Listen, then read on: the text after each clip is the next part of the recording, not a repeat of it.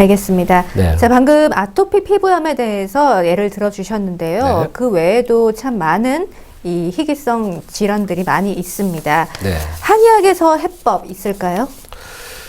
네, 요즘에 이 피부병들이 참 굉장히 많이 있죠. 예. 그래서 이 불치병, 난치병, 뭐 이런 또 이야기를 또 듣기도 하고 그러는데, 사실 이 피부의 질환뿐만이 아니라 모든 어떤 난치성 질환이라고 얘기하는 것들이 사실 그 앞에는 이제 괄호 열고 서양의학적으로 그리고 현대과학으로 봤을 때 난치고 불치라고 하는 것이죠. 그렇기 때문에 의외로 또 한의학에서 또 해법이 있을 수가 있습니다. 뭐 앞에서도 아까 말씀드렸지만 아토피라고 하는 것도 원래 뭐 현대의학적으로 원인을 알 수 없다 그런 병이지만 우리 한의학에서 치료를 통해서 물론 그 과정이 좀 오래 걸리긴 해도 100% 완치의 상태에 도달할 수가 있거든요. 그리고 이 아토피라고 하는 것이 원인을 알 수 없다고 하지만 이 사람의 식습관이나 생활습관, 심지어는 어떤 사고방식 이런 면까지를 면밀히 우리가 분석해 보면은 이분의 어떤 조화와 균형이 깨졌다고 하는 것입니다. 그래서 이 한의학에서 병을 보는 것은 사실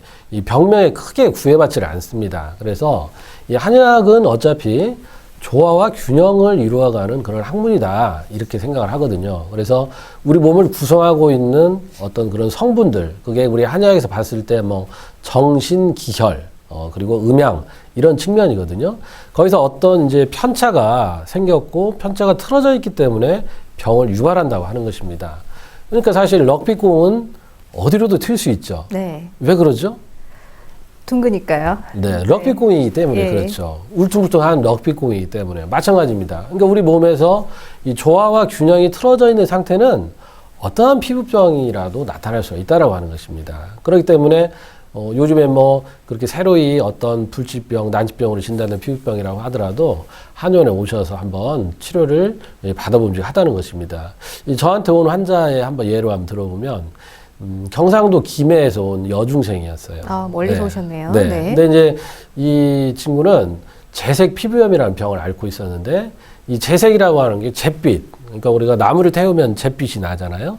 그 잿빛이 우리 몸에 온통 다 잿빛으로 돼 있다고 생각하면 됩니다. 마치 이제 달마시안 강아지처럼 얼룩달룩. 근데 그게 얼굴부터 다 있고 여중생이니 얼마나 굉장히 참담했겠습니까? 근데 그 병을 진단을 받고 뭐 동네 피부과에서 안내해서 대학병원 가서 조직검사를 통해서 그 병을 진단 받았는데 사실 대학병원에서 뾰족한 방법이 없거든요. 왜 그러냐면 이 병이 미국의 대학교의 피부과 교과서에 달랑 5줄 나와 있는 난치병입니다. 뭐라고 나와 있냐? 원인을 알 수 없다. 정확한 치료가 없다. 그게 답니다. 네. 그런데 이제 저는 이 환자를 봤을 때 나을 수 있다는 생각을 했습니다. 왜 그러냐면 우리 한의학에서는 아까도 말씀드렸지만 이게 결국은 피부로의 어떤 혈액순환이 안 돼서 2차적인 변성을 이룬 것 뿐이다. 이런 생각을 했기 때문에 그리고 이 환자를 진찰을 해보니까 굉장히 어떤 소화 기능이 매우 좀 약한 상태였고 집에서 굉장히 저염식을 했던 환자였습니다. 그래서 이 친구한테 충분히 짜게 먹고 또 운동을 통해서 열을 내고 그럼 짜게 먹고 열을 내면 물이 당기게 돼 있거든요. 그렇게 하면서 소화 기능을 도와줘서 혈액을 늘려줘서 순환이 좋아지면 충분히 나을 수 있겠다라고 해서 결국 뭐 다른 여타의 그냥 우리 여드름 치료하듯이 예. 똑같은 방식을 통해서 치료를 했습니다. 그런데 보통 2, 3개월 지나니까 얼굴이 금방 좋아졌어요. 그리고 나서 이 전신이 다 낫기까지는 사실 2년이라는 세월이 흘렀죠. 그래서 네. 2년이 지나서 이제 지금 완치가 되었습니다. 그런데 정말 그 2년 동안 한약을 먹는다는 게 쉬운 일이 아니죠. 그 어린 아이가.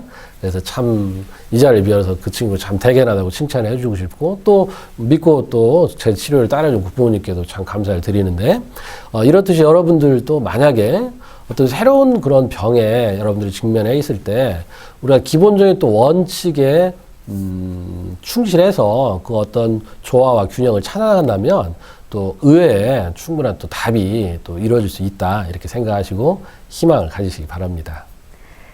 네, 어떻게 보면 좀 기간이 오래 걸렸다라고 할 네. 수도 있겠지만 그래도 완치가 됐다고 하니까 네네. 정말 다행이네요. 그렇습니다. 네, 알겠습니다. 네. 자, 오늘은 피부 질환에 대해서 알아봤습니다. 평소에 피부 질환으로 고생하는 분들 계시다면 이 시간 많은 도움이 됐길 바랍니다.